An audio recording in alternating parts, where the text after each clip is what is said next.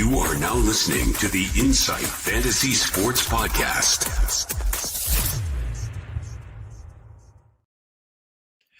Welcome in and welcome all. We are back. It's the Insight NFL Podcast, the 16th of October, Thursday, one sleep prior to the start of Week 7, kicking off with the Steelers going to Cincinnati in a nice, tough divisional matchup.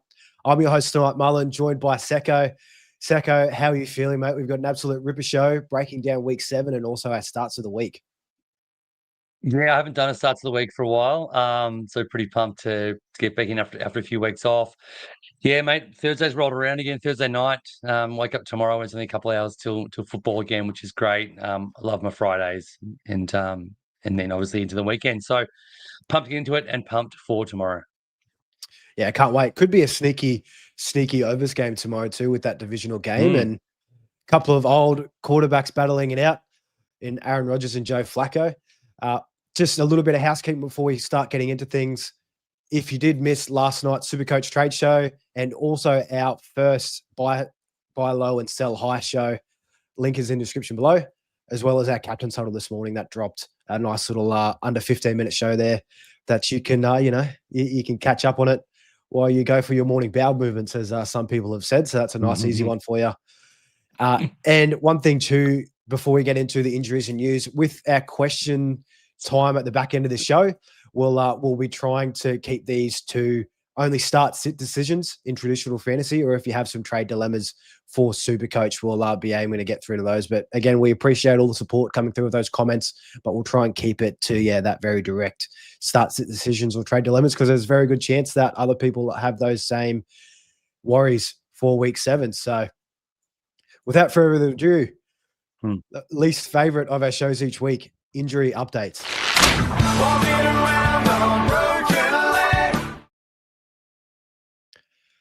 Not an injury, but a very big piece of news that is kicking off for Week 7. The return of Rashee Rice, wide receiver for the Kansas City Chiefs. Patty Mahomes, I mean, he's been absolutely dealing with the weapons that he's got. Now adding in arguably his number one target, could really explode against the Raiders this week. Secko, are you pretty pumped for the return of Rashee, and how do you think this will unfold as his first week back?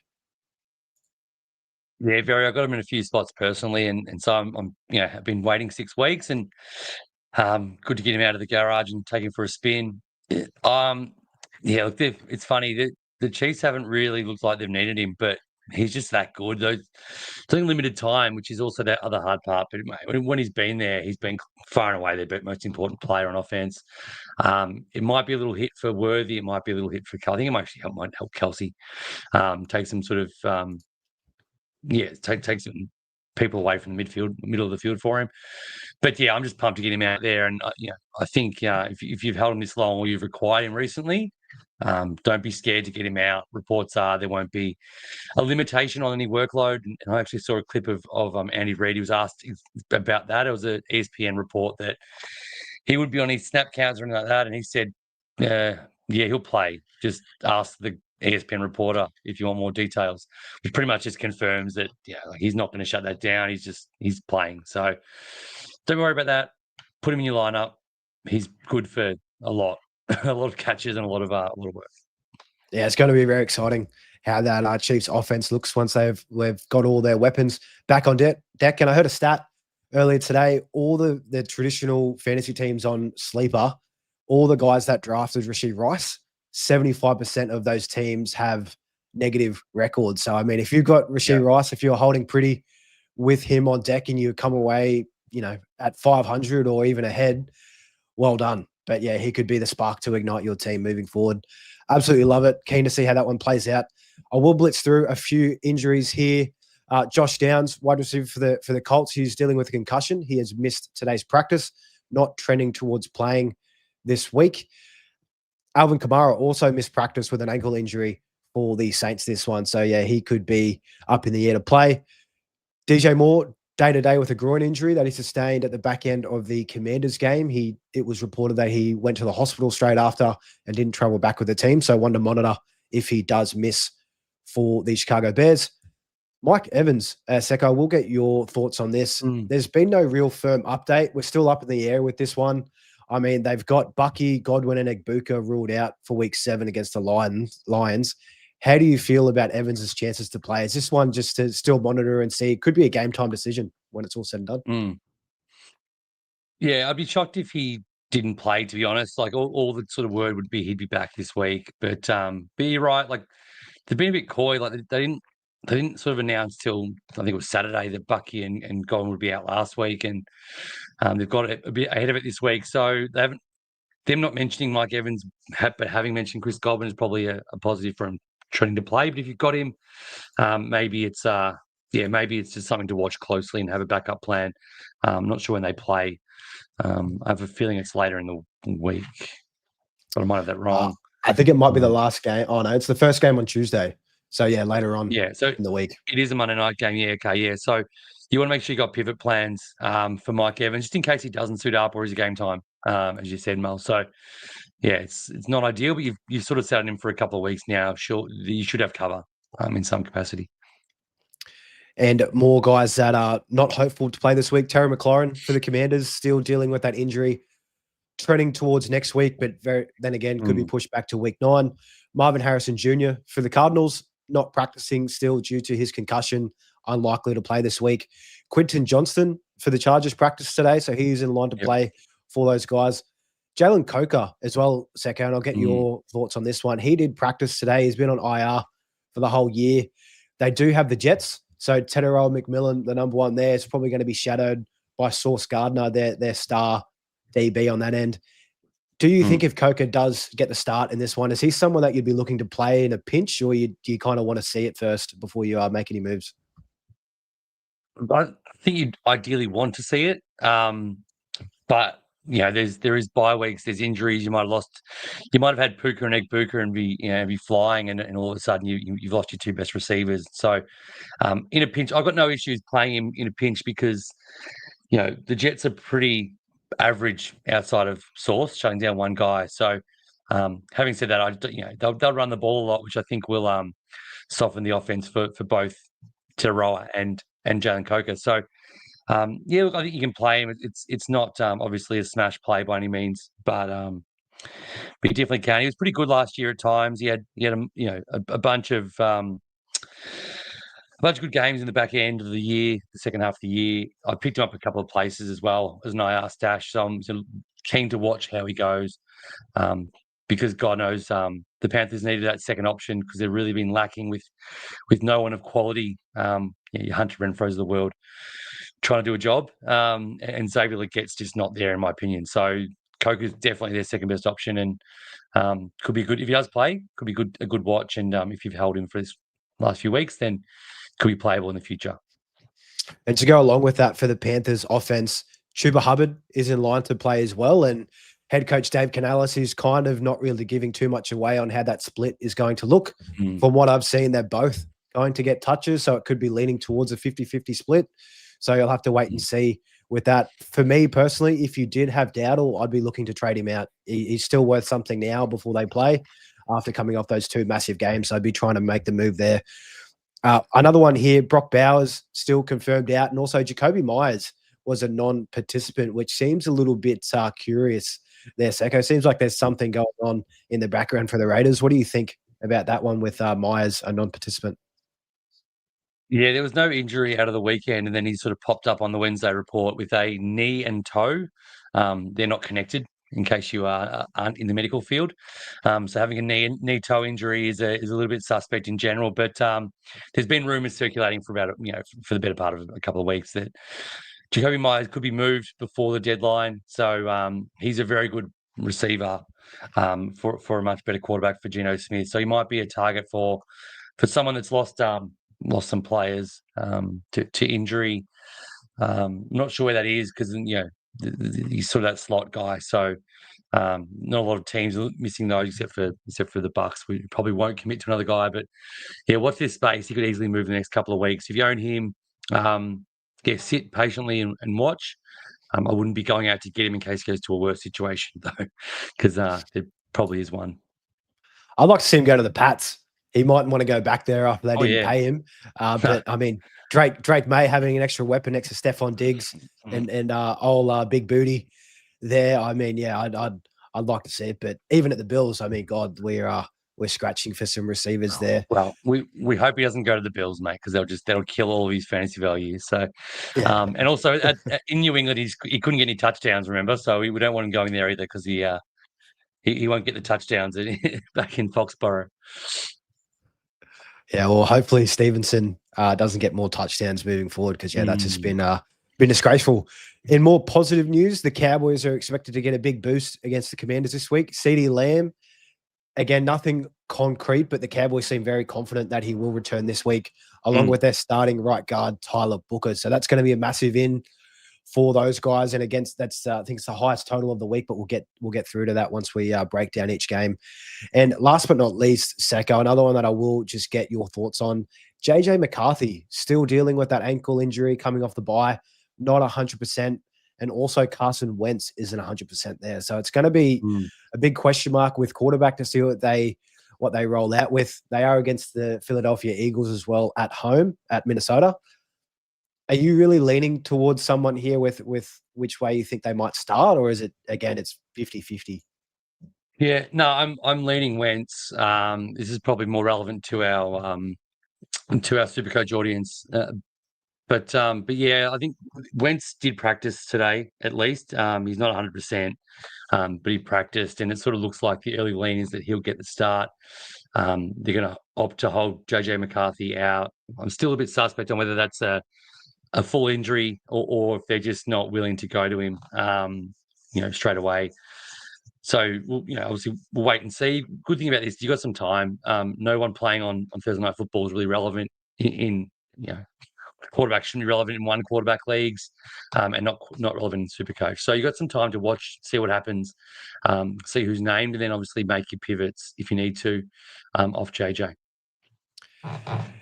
Excellent. They are injuries and news updates for the last show of the week. Again, we're still flying in a little bit in the dark because there is some more practices to play, but make sure to stay in tuned with NFL updates if you've got a couple of guys that are questionable for week 7. Now, we are going to change up the layout of tonight's show. We're going to roll straight into our starts of the week. Pull over by this hot guy and let me out. Now, Secko, I will throw this out to you first. We'll start off with quarterback. We've got quarterback, running back, wide receiver, tight end, and also a nice little defensive start if you need to. But who's your quarterback start of the week? Yeah, my quarterback start of the week this week is Jared Goff versus the Tampa Bay Buccaneers. He's at home this week. He loves it at Ford Field in Detroit under the safe confines of the roof there in Detroit.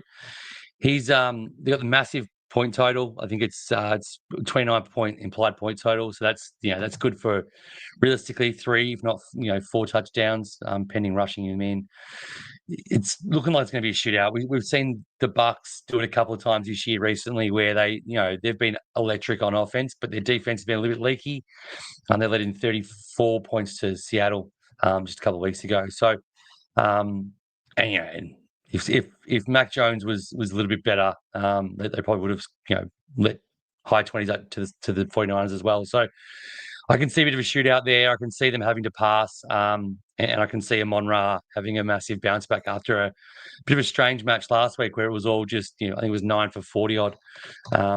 So yeah, and finally, obviously Tampa Bay against good against the run, so they can shut down both the boys in the back, Sonic and Knuckles in the backfield there, and force Goff to win with his sort of 3 main receiving threats. Yeah, I love this massive bounce back spot for Goff and the boys after going down to Kansas City. My quarterback start of the week, and it might seem a little bit stupid because he's just been so hot lately, but Dak Prescott from the Dallas Cowboys up against the Commanders. This game is the highest total implied points projection of the week. They're playing in a dome at Dallas. CeeDee Lamb back on deck. I mean, I think Dak Prescott could throw for 4 touchdowns in this game. I think he could go absolutely nuclear. Commanders looked pretty average against Caleb Williams last week in terms of points allowed. And at this point of the season, the Commanders are giving up the 6th most points allowed to opposing quarterbacks. So with all that in mind, how much points should be flying on both sides of this one? I think Dak Prescott could go absolutely nuclear, and I think he could be the number 1 overall quarterback at the end of week 7 for this one. But moving on to running backs, Secko, who do you have for us? Yeah, there was a few I was tossing up on here, but I've landed on Jalen Warren, which is it's more of a vote of confidence in if you've got him, and it's sort of been it's been a bit strange because I had the bye and then came back and it was a bit of a split and wasn't great. Came off the injury into the bye into a week back. So he's been a little bit sort of, up and down, but what he did do was dominate the touches out of the backfield, which is great. And against Cincinnati, that's where you beat them. Cincinnati's defense is just an absolute sieve to running backs. They're dead set last in points given up to the running back position. Obviously Gainwell might get some catches. There might be some even some Caleb Johnson work here and there. We might see a very rare Caleb Johnson sighting. But I just think Jalen Warren's going to get bulk of work, do it really easily. I'm almost certain he'll score a touchdown in this game. So I just feel like it's an absolute smash play against the absolute worst team against running backs in the whole comp. Touchdown guarantee from Secko. You've heard it here first. Yeah, I love it too. An extra week removed from that injury as well. He kind of looked like he was still getting back into action last week. So yeah, I think absolute smash spot. And in tomorrow's game, even better. My start of the week 4 running back position, Quinshaw Judkins versus the Miami Dolphins. So we've seen last week it was a little bit of a down game for Quinshaw Judkins. They just kind of got pantsed by the Pittsburgh Steelers. They couldn't really do anything. Dylan Gabriel had to throw the ball more than 50 times in that one. And I think in this game, there's a good chance that the Cleveland defense can keep Miami contained. And in turn, Judkins will have a whole heap of work through to it. Prior to week 6, Judkins had 18 carries, 21 carries, and 23 carries in the previous 3 weeks. I think he's definitely slated for at least 20 carries in this one. And I think I can guarantee a touchdown too with Quinshaw Judkins because I can't see Dylan Gabriel passing for one. I think it's going to be all on Judkins. And even better, Miami Dolphins are giving up the 5th most points allowed to opposing running backs in this one. We saw what Dowdle did to them last week, absolutely torched for 200-plus scrimmage yards. So I'm hoping for the same thing with Quinshaw this week. Wide receivers, Secko, you really took the hotness of the week this one. Who do you have for us? Yeah, I wanted to talk more about this particular guy because I knew we'd talk a little bit off the top, but I really wanted to dig into what I think about this guy and why I love him. So my start of the week this week is Rashee Rice versus the Las Vegas Raiders. This is just an absolute confirmation play. Just don't think because he's coming the first game back narrative of like, oh, they get eased in or it's hard to trust someone first game of the season and blah, blah. He's not coming back from an injury. There's a false narrative that he was injured. He's injured. He got injured in week 4 last year, 55 weeks ago. His knee injury wasn't bad enough to be a 55-weeker. So let's not get it wrong. Let's not pretend like he was out on injured reserve for the last 6 weeks. He's been good to play for a while. So, and look, the Chiefs have been absolutely electric. Mahomes is probably in career best form, which is a lot to say because he's very highly touted for his whole career, but he potentially is playing the best he's ever played in terms of controlling a game, ball placement, and also actually having to score because their defense is not as good as it has been in the past. So combinations of all that, if you've had him for 6 weeks or you've recently got him in a trade, you should be very excited to unwrap this guy and just chuck him in the lineup. And he's any PPR format especially. I can see him just absolutely killing it because they're going to manufacture plays for him. I'm very confident of that. And Secko, Rashee Rice, didn't we see him in the preseason as well this year? Because he was allowed to play in the preseason, and I swear he got a few snaps. That's true. And he didn't look like he missed a beat to me. So that injury narrative that people are throwing out there, like, they need to stop directing the media like that way. But yeah, absolutely love Rashee Rice. For my wide receiver start of the week, I am joining you in targeting the Bengals matchup. I think DK Metcalf goes absolutely ballistic. We've seen he had the most targets of the season so far for him with 9 coming off the bye, resulted in 95 yards and a touchdown. I think he could have a very similar line this week, potentially even for a double touchdown. I'm not going to guarantee it. I wouldn't be that crazy, but I know I'll have a few little bucks on that on personal because I think DK, there's really no other weapons for the Steelers in the passing game. I mean, besides Jaylen Warren, they don't really target anyone else.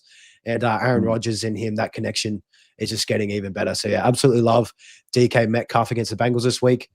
Tight end, Secko, who do you have? Yeah, it was it's a bit of a tough one. It's tight ends have been really either really good, the guys you sort of picked up and have gone really well. You can stream it okay, but a lot of the tight ends have let you down. My tight end this week, start of the week, is Mason Taylor. He did let you down last week if you got him. A lot of people did pick him up off a strong body of work, 3 straight weeks, where he put plenty together. But Panthers have given up at least, on average, 55 yards per game this season, and 3 touchdowns to tight ends in the last 3 weeks. So it's a light up matchup. Garrett Wilson's out, so Mason Taylor is pretty much the number 1 target for the entire Jets. He could be a hyper targeted sort of double-digit targets guy. He's had an average of 8 targets over the last 3 weeks. So he's a target guy. He just needs to get some of those catches his way. And I think against a much easier defense than last week. Remember last week they played Denver, so you can be excused for a bad day. Panthers matchup is perfect. Number 1 target is perfect. Lots of targets, and I think Justin Fields, off the game he just had, is going to be pretty keen to bounce back and make sure he hits some of his guys. So Mason Taylor is a smash this week for me. Love the call, and I'm kind of in line with you, Secko, too, with my tight end of the week process of elimination. Cade Otton versus the Lions, he could be their only target there if no Mike Evans. I know they've got the 2 Johnson boys, but I think Cade Otton could really step up in a massive way if Mike Evans is ruled out. They are versing the Lions, so I expect them to be down for the most part in this game, especially with the lack of weapons that they have. No Bucky, no Godwin, no Igbuka, and of course no Evans potentially. So in this one, I mean, Cade Otton, he's stepped up over the last couple of weeks. He's had 5 and 6 targets in the last 2 games. Last week against the 49ers, he was 5 for 51 on 6 targets, and that was with them leading for a majority of the game. So I think he could be in line for double-digit targets, especially if Evans is ruled out. And Baker's just been an absolute god when it comes to throwing the ball. So, yeah, I really think he can get the ball to Cade Otton if he's all he has this week. And that's my tight end. Moving on to defense, Secko, who do you have? Yeah, I really like the Patriots this week. They've been getting better and better every week. They've actually been really solid, and for a team that was sort of maligned at the start of the year, they've been great on both sides of the ball. Well, that probably goes to Vrabel and McDaniels coming in, a bit more seniority and a bit more knowledge in the room. But yeah, as a defense, they've got the Titans this week, and obviously they've just got their head coach sacked. Could continue to be rough. In there, they've lost Calvin Ridley, even though he wasn't doing much. They haven't really got a lot of options there, and just overall, they're a bit ordinary. And to add to that, Christian Gonzalez is a full participant in practice, so he's back to take Iamana out of the game. It's gonna be a lot of Chigga Okonkwo catching and whoever's running the ball for them these days, because they're whatever you want to do about it. Pollard, Spears, they're interchangeable dudes. They don't really move the needle. So I feel like it's going to be very low scoring this game. There's going to be probably a couple of turnovers as well. So Patriots, if they're on your waiver wire, they probably shouldn't be, but if they are, fire them up. Yeah, and I was a bit annoyed, Secko, that you got to the sheet before me, because I was thinking, the Patriots, the Mike Vrabel narrative of him going back to Tennessee, with all the injuries that Tennessee has as well, like on their offense and how poor they've been, they could just absolutely pants the Titans. So, yeah, absolutely love that call. For myself, I'm taking the Green Bay Packers versus the Cardinals in Arizona. The Cardinals, again, dealing with injuries on offense. Marvin Harrison not looking likely to play. Kyler Murray's also been dealing with injury, so he's also 50-50. Could be a Jacoby Brissett game. And, of course, their running backs and Michael Carter and Bam Knight are backups compared to who they should have there as well. So I think the Packers could really bounce back. They were a bit disappointing against the Bengals last week. I thought, I think everybody really thought they were going to put them to the sword and really hurt old man Joe Flacco. So I think this week they'll come out a little bit more firing and hopefully get some turnovers in that one there. But they are our week 7 starts of the week. we'll touch on this time next week and see how we go. Keen for that one. But now we will dive into our Week 7 breakdown of each game. Let's preview the games for the week ahead. It's time for Game Talk. Again, if you are unaware, the Ravens and the Bills are on bye this week, so we are a game short than what we should be. Starting off, Friday, tomorrow morning for us here, Thursday night football over in the States. The Steelers going to Cincinnati to take on the Bengals. The Steelers are 5.5-point favorites, and the total is 44. Not too bad. Not too bad at all. Definitely could be lower. We'll just run through the absolute clear starts in this one. I mean, Jamar Chase, he looked good with Joe Flacco. He definitely did a lot of the work and all the heavy lifting.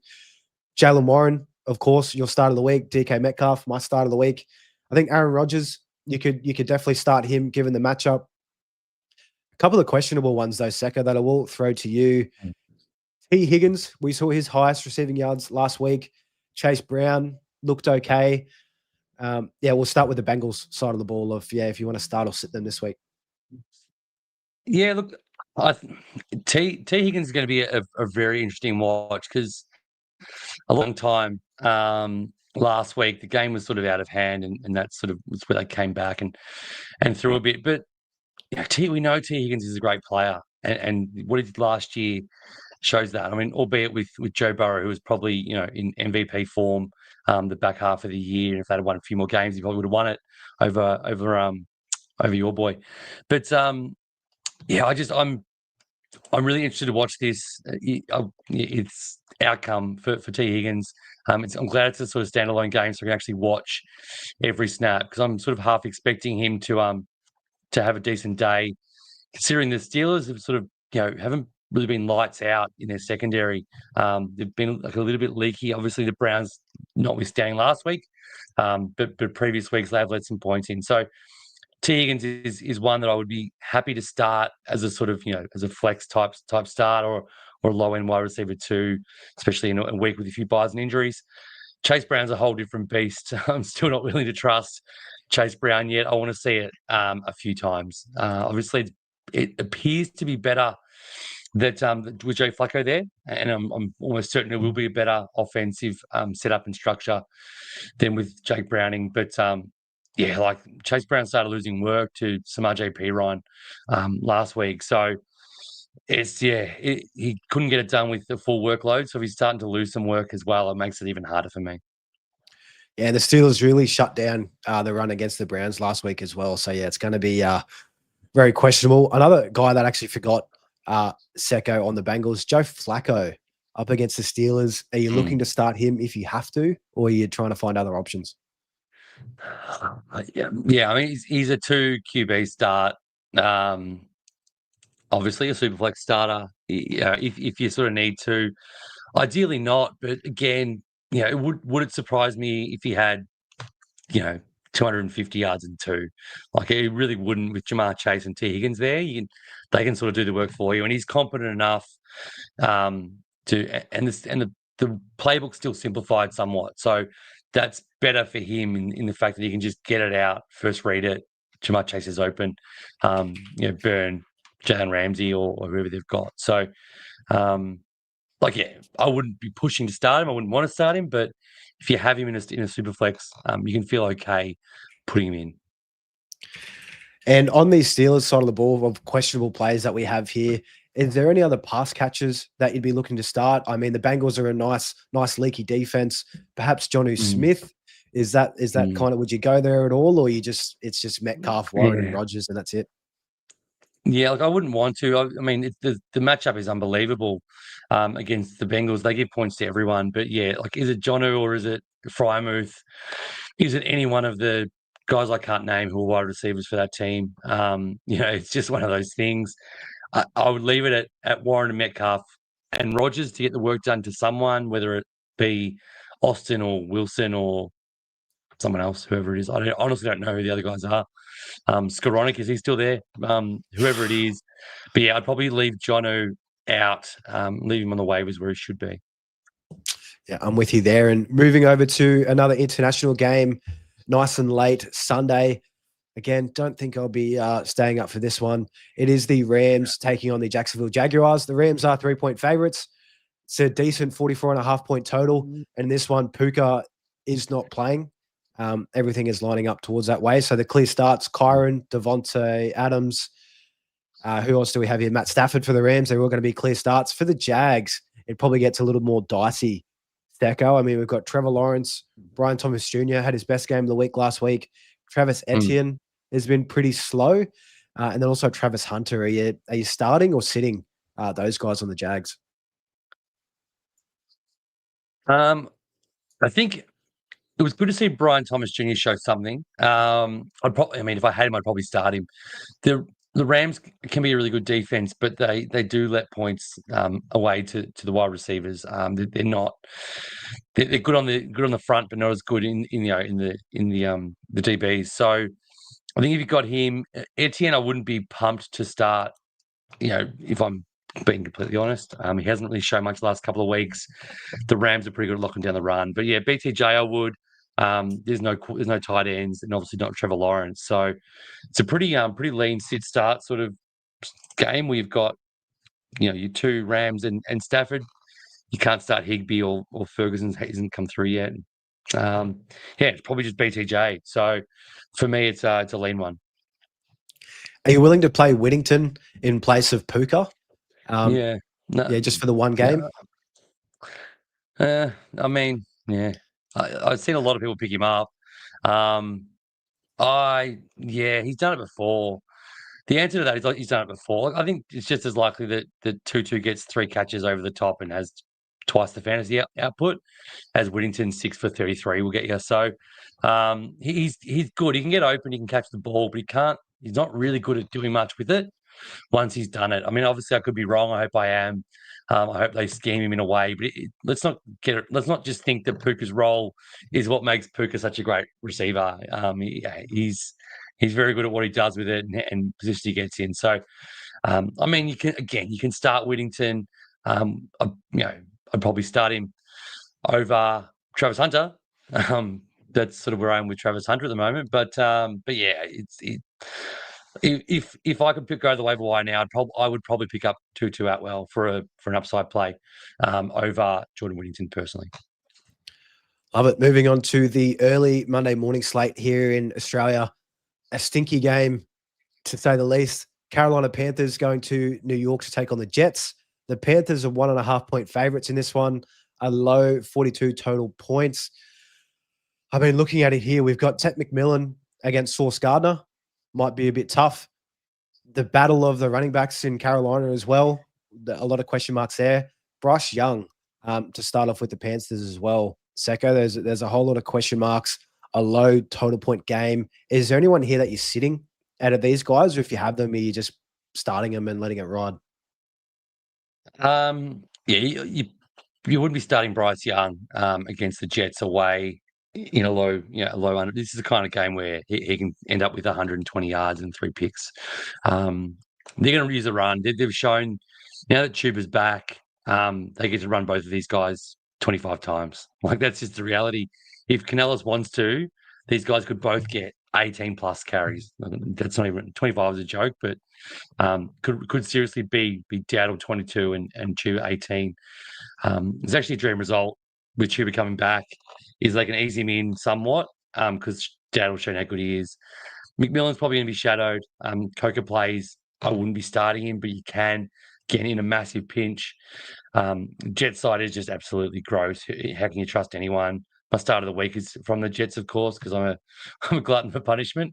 But he's a tight end. It's the threshold's very low, and the bar is even lower for a start with your tight end. Brees is another option, but other than that, I'd probably sit absolutely everyone else in the game outside of just a handful. Yeah, I think with Brees, it is going to be pretty gross, but I think you just kind of have to start him just considering the amount of volume that he should see in this game. And yeah, Fields too. I mean, you'd hope that he bounces back after his 45 passing yards that he had last week. So yeah, enough of that game. It's too gross. Moving on to the next, which is a nice juicy game. It is a divisional matchup. The Raiders are heading to Arrowhead to take on the Kansas City Chiefs. The Chiefs are a whopping 12.5-point favorites. The total is a healthy 45.5. The Raiders are going to be without a lot of weapons in this game. Jacoby Myers, like we touched on, good chance he doesn't play. Brock Bowers has been ruled out. It's really going to be Genty, Gino, Trey Tucker, Michael Mayer for the Raiders side of the ball. So not too much to work with there. And the Chiefs have been a pretty good defense all in all. But I mean, on the Chiefs side of the ball, pretty much start everyone with confidence, Secko. So, but one that I will ask you, there has been a little bit of steam rolling up for Isaiah Pacheco. He has looked okay, just limited touches.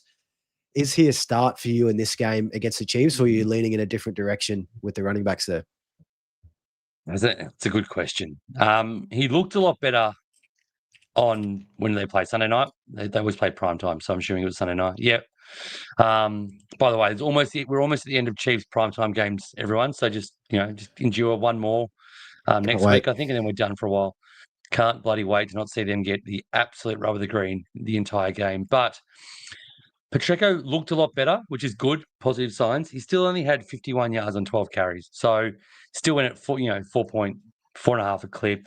But he looked a lot better than that. I don't think he added much with his in the passing game either. Not one really. catch for no yards.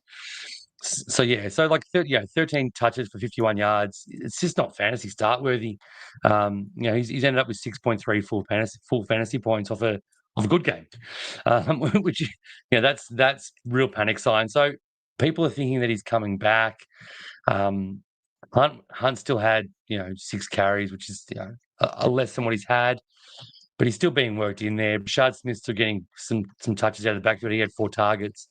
It's just a bit of a gross mix. And now that I think Rice back takes away even more from Pacheco.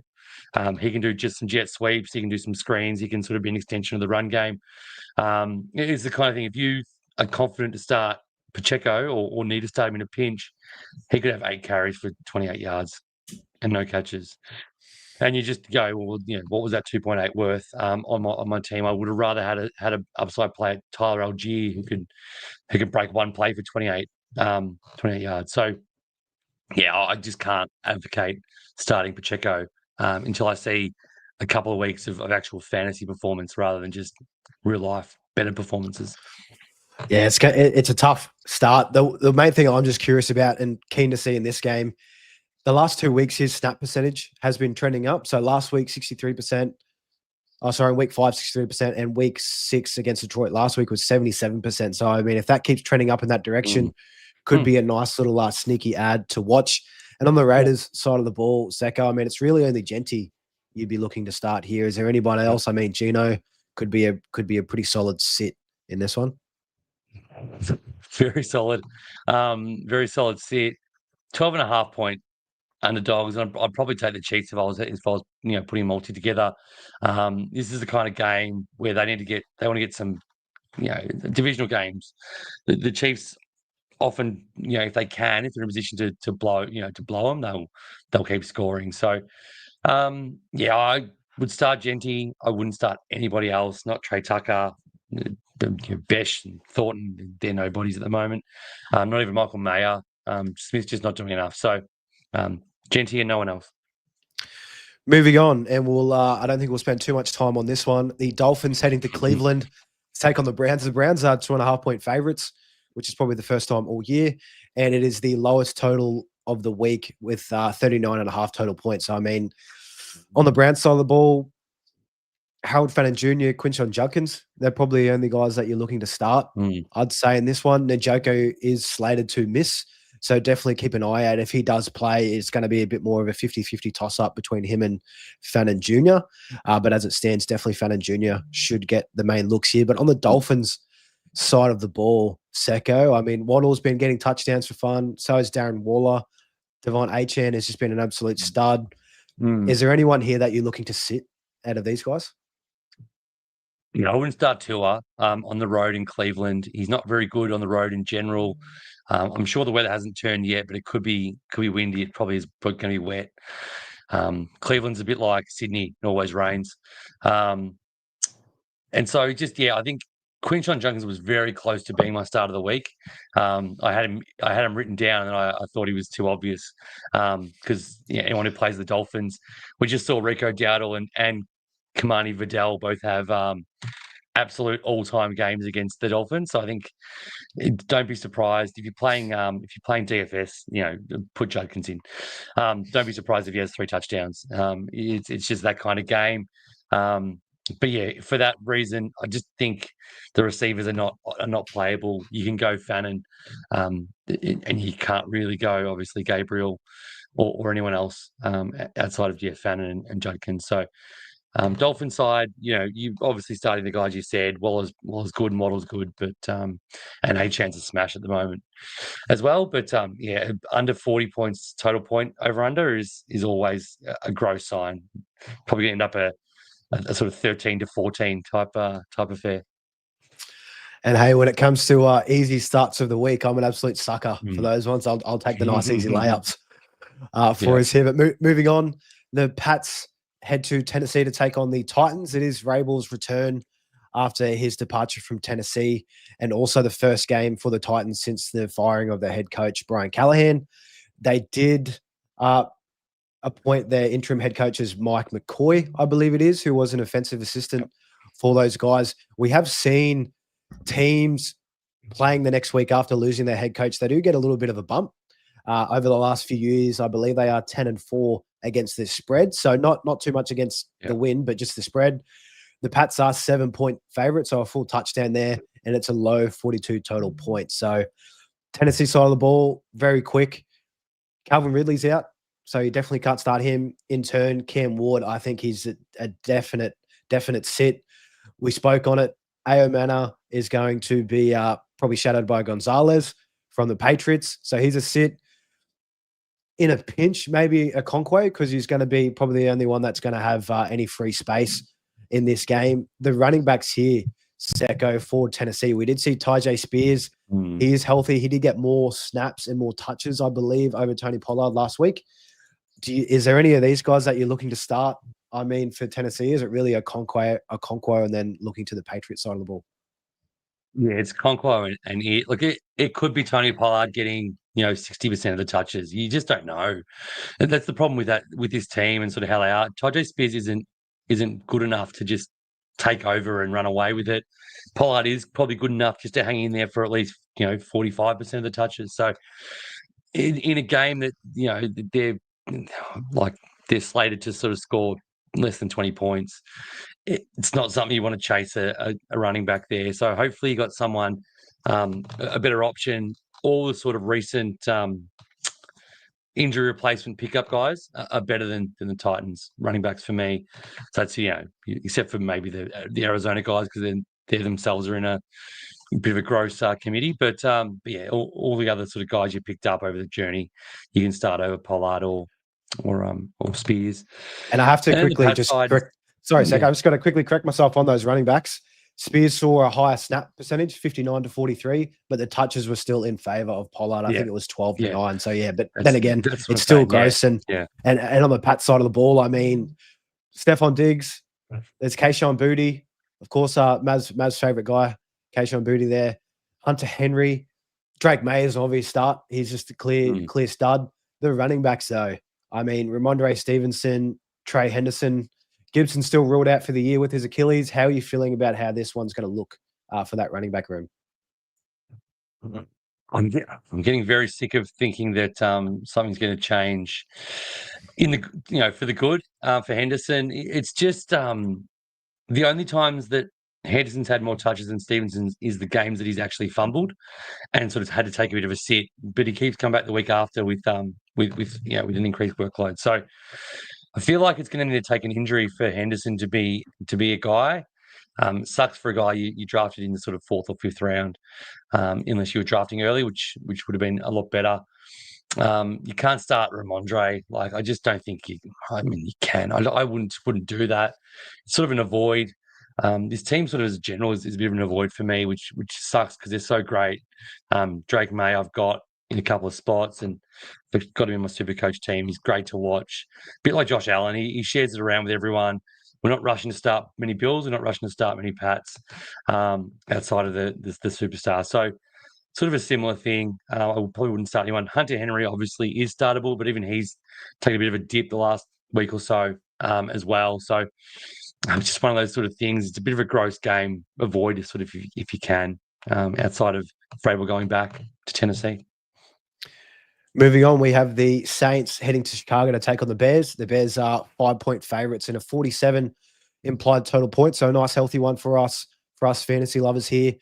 On the Bears side of the ball, they looked pretty good coming off the bye. Caleb getting it done on the ground and also throwing a touchdown there.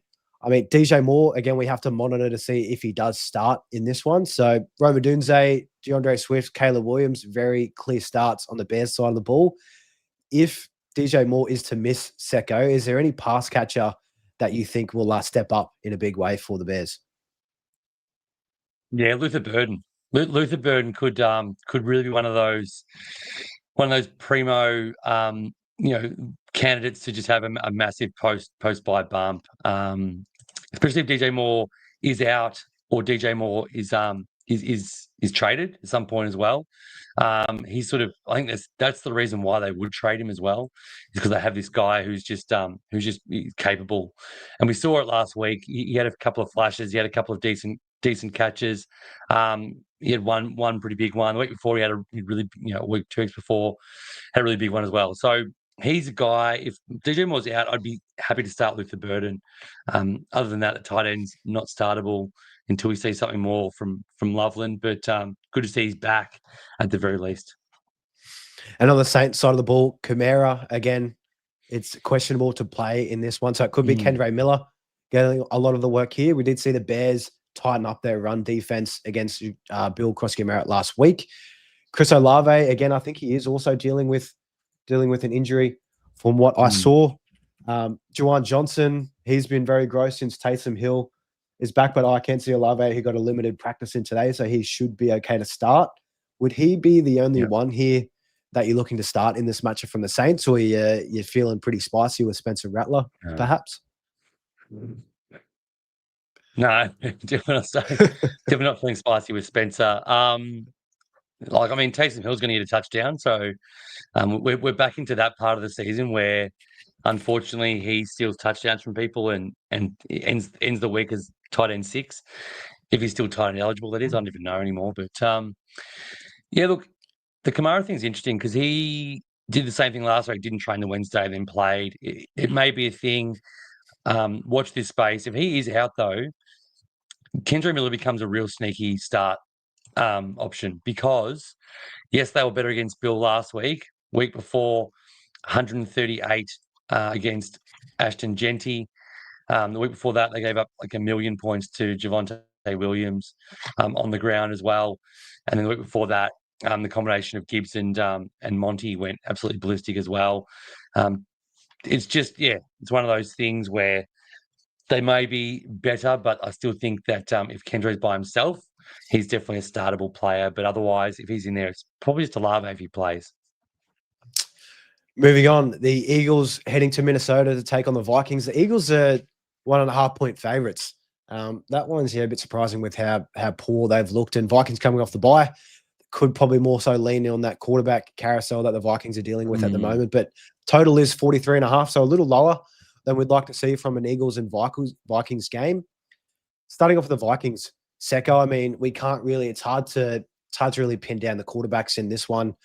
But Justin Jefferson, Jordan Addison, I feel like those guys you're starting no matter what, just given really where they are. TJ Hawkinson, how do you feel about him against the Eagles?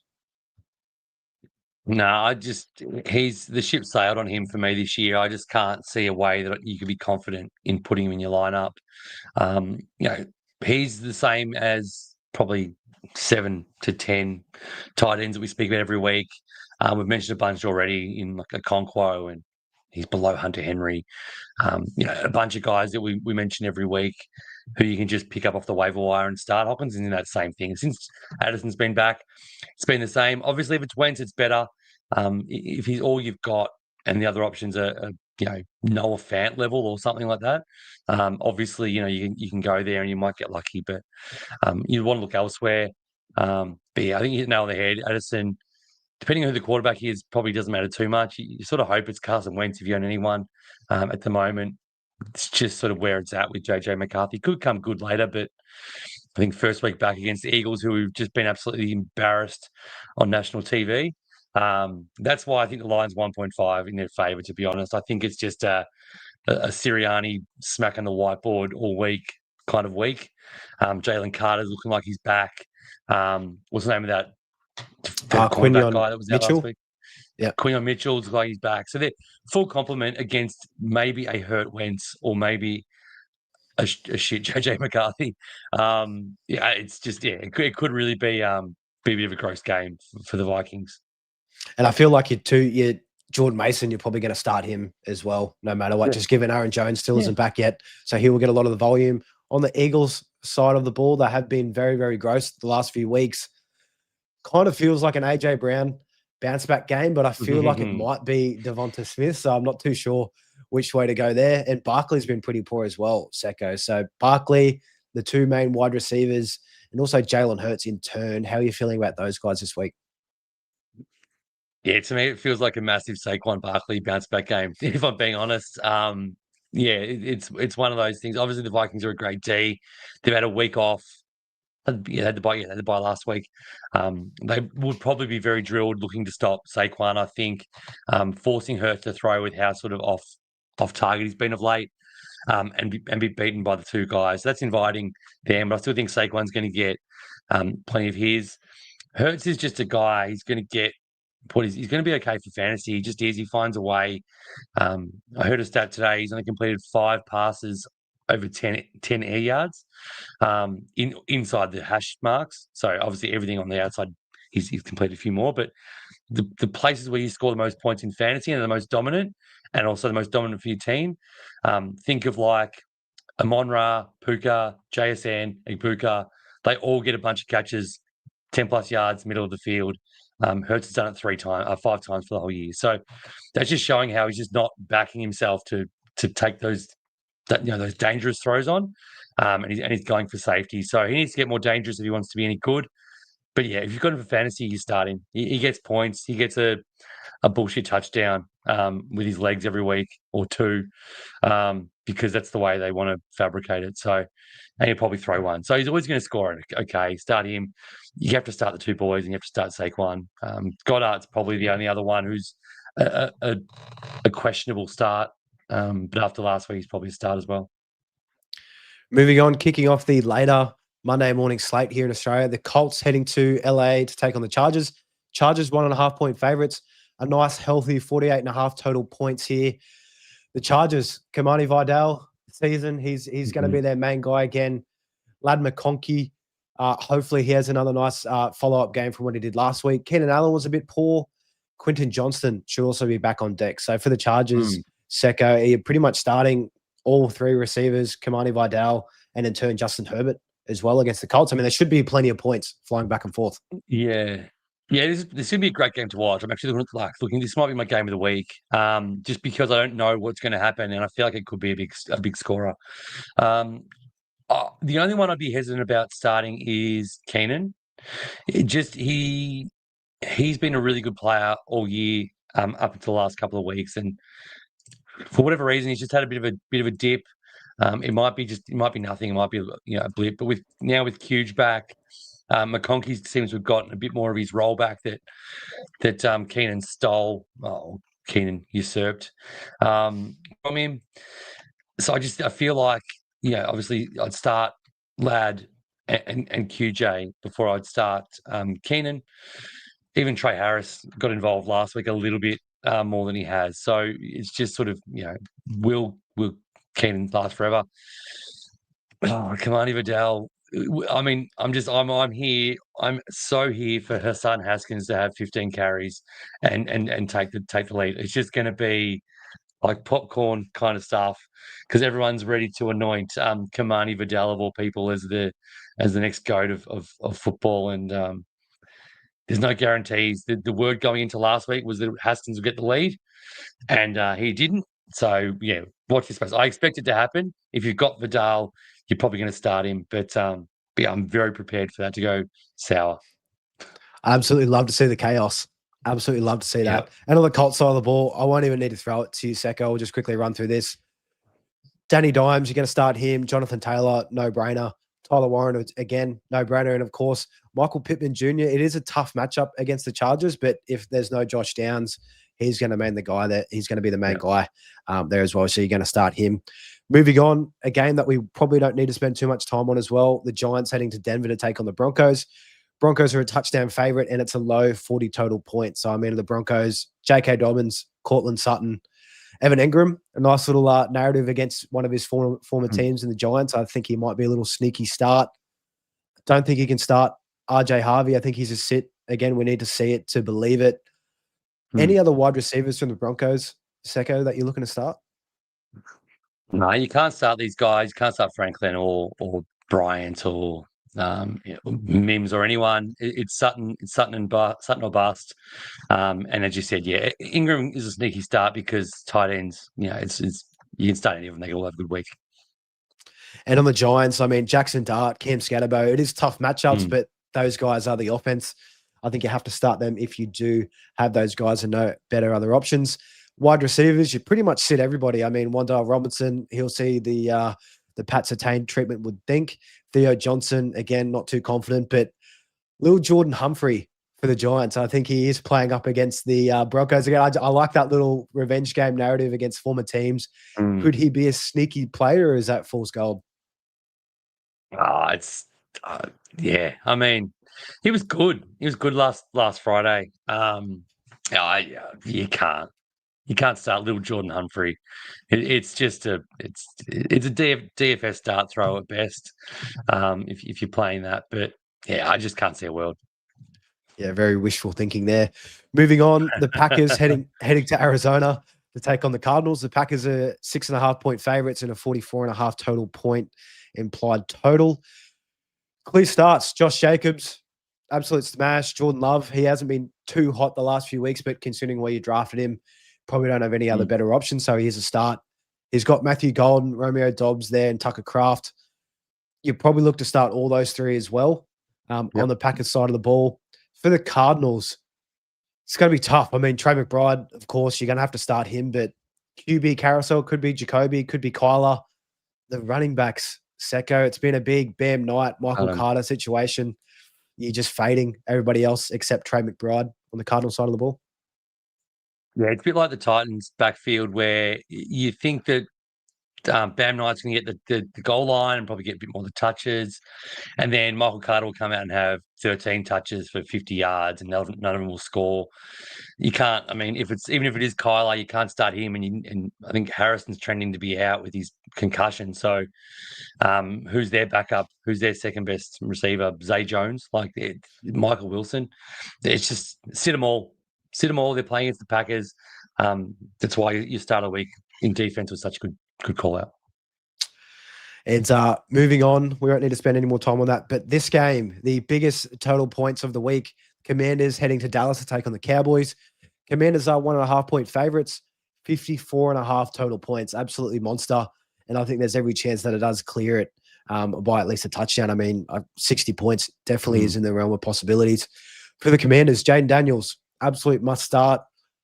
Terry McLaurin looking to be out. So then in turn, Deebo Samuel, even with his poor performing game last week, dealing with that heel injury, an extra week to recover here is going to be a must start. I think Zach Ertz in turn, especially with Terry not playing, he'll be the second best pass catching option they have there.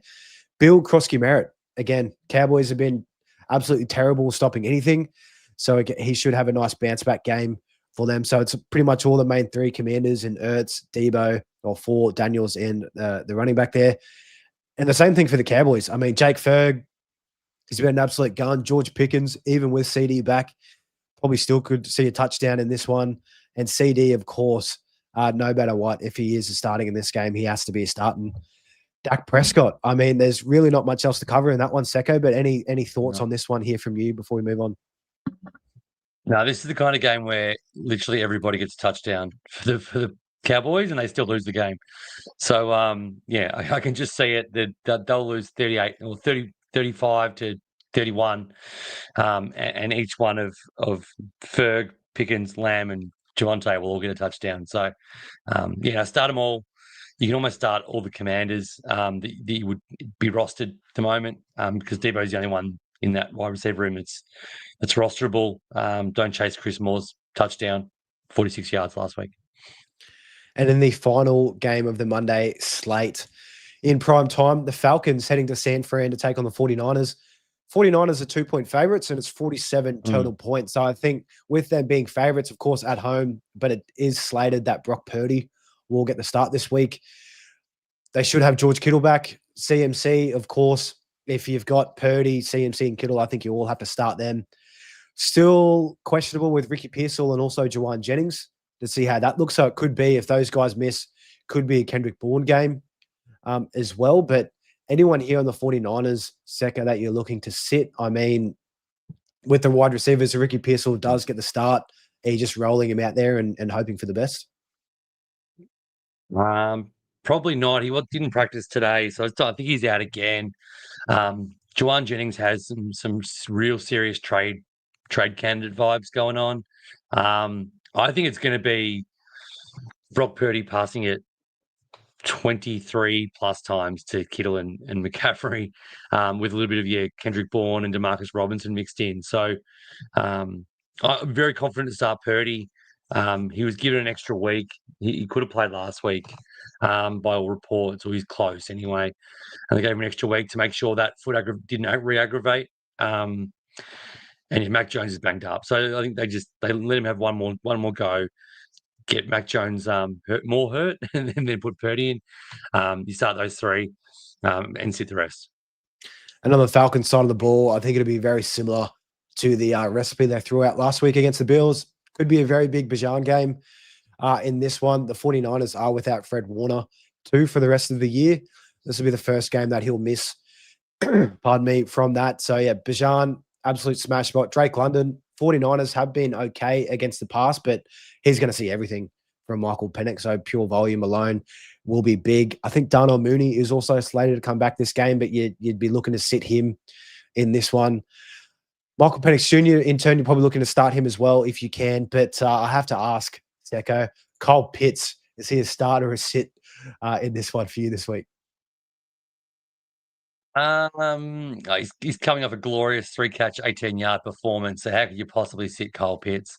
He had a good week the week before. Obviously, he hasn't been as pathetic or as piss poor as he normally is, and he looks like he's back to full fitness. So again, he's in that sort of cluster of tight ends. We've sort of mentioned a bunch of them where they're not tight end 9 through 16 is just like an absolute crapshoot where any of them can have 2 catches for 20 yards and any of them can score and have 50, 60 yards. So by all means, he's startable, but you're not rushing to make a trade offer to get him in to start him any given week. It's sort of one, as you said, it's a 2-man offense at the moment.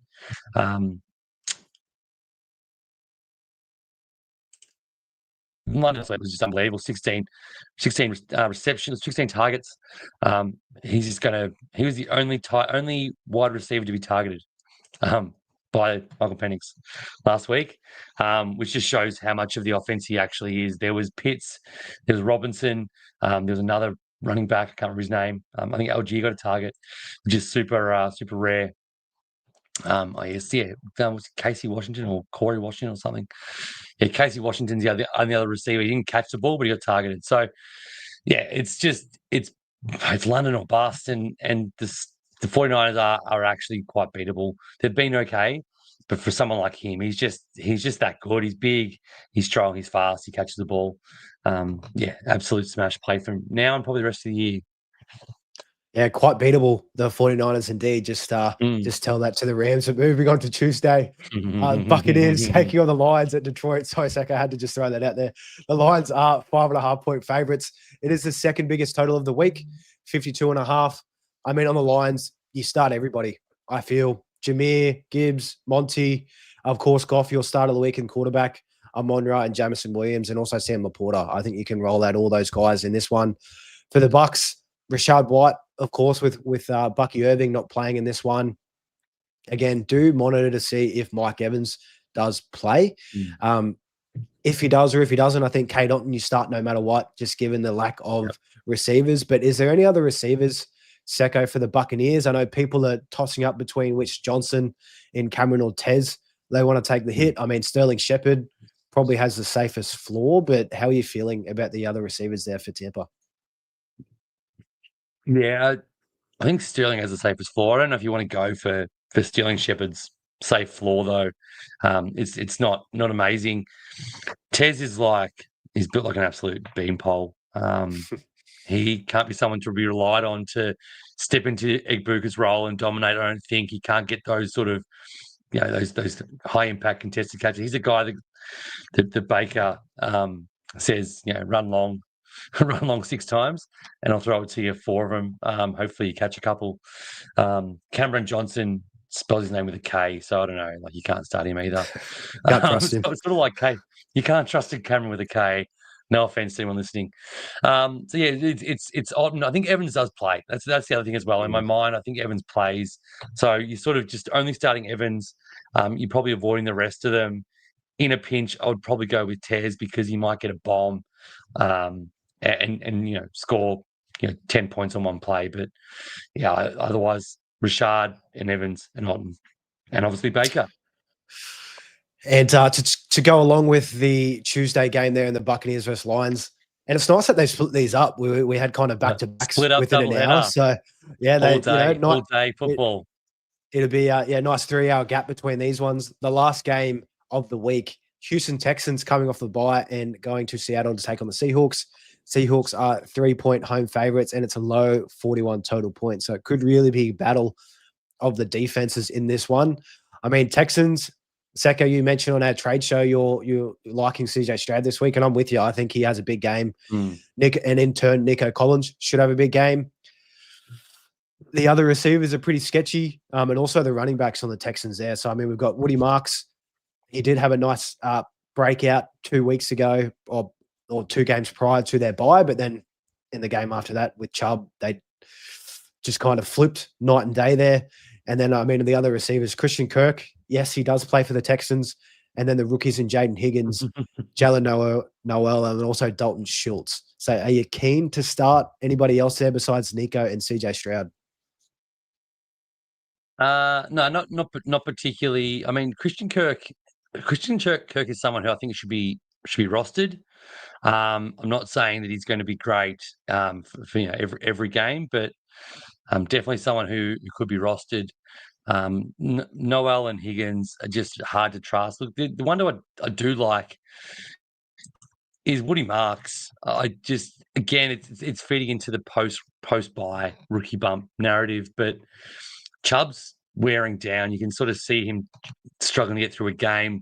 By the time the third quarter hits, he's sort of he's not getting anywhere on any of his runs. And I can sort of see them noticing that more and more as they go along, and Mark's getting more of the run earlier. So just watch this space. You've got him, absolutely hold him. He may be someone who's just think Bucky Irving last year. I'm not saying he's going to be as good as Bucky Irving last year, but Bucky profiled to be a bit of a third down, passing downs, receiving back. And Rashad White was virtually irreplaceable at the time. I think week 7 last year, there was no chance Rashad White was losing his spot, and Bucky was a league winner. So just watch this space with Woody.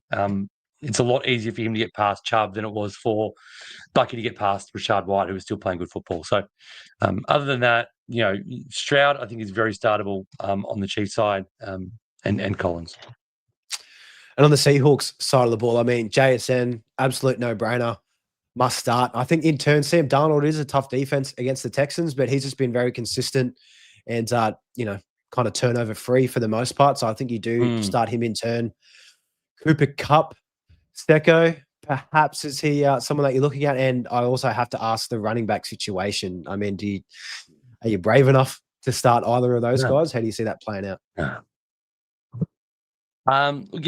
Cooper Kupp has been a lot better. He's good for the Sam Darnold start, or the thinking that Sam Darnold is rosterable and startable in one quarterback leagues. Cup's just giving him another outlet to move the ball and actually and score. So and he's helping set up JSN, my guy, by the way. I'm not sure I shouted out recently. Everyone thought I was crazy, but here I am. I'll have to go back to that episode and try and hear read some of the hate I was getting. But no, it's one of those games on the running backs, mate.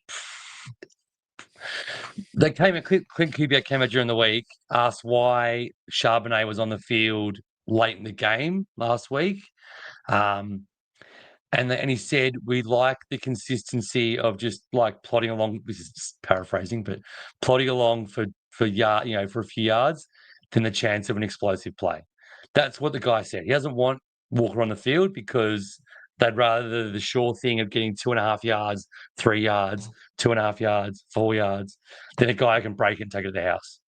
Because they're winning with JSN as well. So it does make sense if you think of the team, but it sucks because you can't start Charbonnet with any confidence because he's having 12 carries for 45, and you can't start Walker because he's not given enough opportunity to break it. I think it's 2 weeks in a row that he's had less snaps than Charbonnet. So yeah, I mean, you start Walker because if they do give him that one chance, he does break that play. You'll hate yourself for sitting him, but it's hard. It's a tough one. And the only other guys worth mentioning on the Seahawks, AJ Barner or Elijah Aurora for tight ends. I mean, Barner's been pretty hot. Yeah. He's been catching a lot of touchdowns. You're pretty much only chasing touchdowns, though, with that one, Secko. So if you had AJ Barner in a pinch, is he someone that you'd be willing to start in this one? Yeah, it's a pinch. Like, I think eventually Arroyo has to come on. He's a converted receiver. He looks the part. They're just deciding to go with Barner, I think, for a bit more. Look, it is strange because they're a 4-2 team. They're a playoff-bound team at the moment, so maybe they'll stick with Barner, who's a bit more experienced in pass pro, blocking, and things of that nature. And does get open. He had a 61-yard catch last week. That was his only real play. So it's sort of one of those things, and I don't think you can really start either of them. Or Torrey Horton we didn't mention, but he went catchless last week as well, so he's become a bit of an afterthought.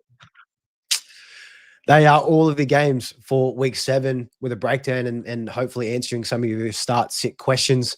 We will now go through a couple of the questions in the chat. Thanks heaps for everybody hanging out for these. Of course, before we get into this, if you are watching on YouTube, smack that like button, hit that subscribe, and you'll keep up to date and be notified when our shows are releasing each day. We're dropping 6 shows a week at this point in the season, and that's not going to stop anytime soon. So make sure if you are wanting to stay up to date, smack that subscribe button, throw a comment in the chat as well. We absolutely love it. And another thing too that I will just want to preface before we go through these sit-start questions, we will have a cheeky little giveaway live on X for tomorrow's game. It is the Bengals and the Steelers again.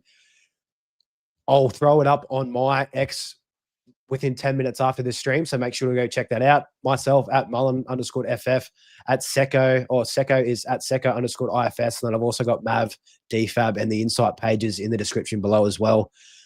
All you have to do is guess the top scorer between the old quarterbacks in Rodgers or Flacco and their exact points scored in terms of SuperCoach scoring as well, and you'll be able to win a standard squeeze 4-1, which is absolutely awesome for nothing. So make sure to check that post out once I throw it up after this pod, and I'll also have it reposted again tomorrow morning before the game kicks off. But make sure that you're following us there to get involved. Now, the questions. Let's run through, and I'll throw this first one to you, Secko, from Charles. Had this one in here nice and early before we went live. Great to see it. Hello, gents. How are you all? This week for Egbuka, I'm either bringing in Jamar Chase, Metcalf, or Jefferson. So this is a SuperCoach question. Which one here for you here, Secko? Are you keeping them? Because if you're keeping them, Jefferson's my answer. Metcalf does have I think it's a 0 break even. So I'm assuming you're keeping them. I don't think Metcalf is really someone I want in my finished team. So, and Jefferson, it's unknown with JJ, but I just can't trust Chase. Assuming, Charles, you started with him and got rid of him, bringing him back in is a big call, in my opinion. So I'm probably out on the ledge here, but think Jefferson just is that good that he's someone I'd want to have. Yeah, I'm with you there on Jefferson. Both those guys off the bye too, and Metcalf and JJ there. One here from IJ. Evening, lads. JJ McCarthy back. Yeah, we did touch on this at the start. It is questionable. We are leaning towards Carson Wentz, unfortunately, at this stage. And Quinton Johnson as well should be back up here. Matt Carmody, what up, boys? What up, mate? Thanks for throwing this in there. I will just throw this up sneakily because after you left last night, Secko, I had to just say that, he's dipping out for a different sport. Just couldn't absolutely believe it. Well, we passed the deadline, so sometimes some other things get in the way. No, you can't get in the way of a draft. It's fantasy, mate. It's when fantasy happens. Doesn't matter what the sport is. Fantasy comes first, and drafts. Everyone knows drafts are the best part of fantasy. So, I regrettably had to drop out at question time. So, I'm sure you're very much in good hands with the boys. Love it. One here from Blue Ballers, and I'll throw this to you, Secko. In terms of traditional fantasy, Javonte Williams against the Commanders or Judkins against Miami? Judkins versus Miami. And Yeah, for obvious reasons, but it's just against Miami. They are like printing money for running backs. Yeah, Javonte should still be good against the Commanders, but still fine, still great. Yeah, a lot of other weapons there that it could go around to the pass catchers. There, Kizza threw in here Judkins versus Finns on the nose there. Kizza, we ride that one together. Haggy, thanks for throwing this in here. Quinton Johnston or Debo? Secko. So Quinton Johnston coming off an injury against the Colts, or Debo in that Cowboys game? Debo. It has to be Debo just because of the lack of options they've got there. Unless Terry somehow plays, I probably would still go Debo. But yeah, QJ off an injury with Ladd back to his best. It's Debo for me. Yeah, I'm the same there, and that's really all the start sit or SuperCoach trade dilemma questions that we have there, guys. So thanks heaps for throwing that in here. To recap, links to our previous shows are in the description below. For the week, read Matrix comment out. I'll throw it up here for him because he is an inside owner, so you have to listen to the bosses here from corporate. That's good. First of all, I shan't be telling you Matrix. And is it all natural? Absolutely, mate. Absolutely.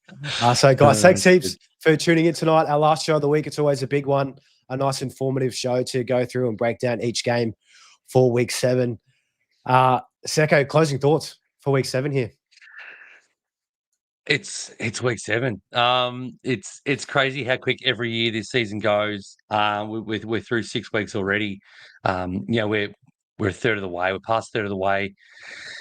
Things come quick. Trade deadlines come quick as well. So my second favorite part of fantasy after the drafts is trading.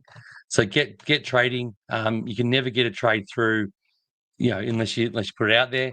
You can't just sit on your hands and wait for a trade to come your way that's going to be perfect, because chances are they're not going to be. So if you have a good record, make sure you go out there and try and strengthen the teams that are potentially a little bit weaker on the ladder in the short term for you to have a win in the long term. I've seen Mull do it a couple of times in a couple of leagues we're in, where he's sitting okay on a record and he's giving away 2 startable players to get a gun for later. So if you're comfortable there, if you're down the bottom, don't give up. It's time to get moving, get some players, make some trades, make your team better, and capitalize. So good luck this week, and we'll see you all next week. And on that trades comment, again, our first buy low, sell high video is linked below for traditional fantasy. So if you're looking for some ideas and angles there, make sure to watch out. And of course, check out our on X straight after this, because within the next 10 minutes, because I will have that giveaway up, and it'll be first in best dressed if people do have the same guesses for that one. But then again, that'll do things here for us here at the Insight NFL podcast. Best of luck for week 7. We'll see you all next week. See you, RJ.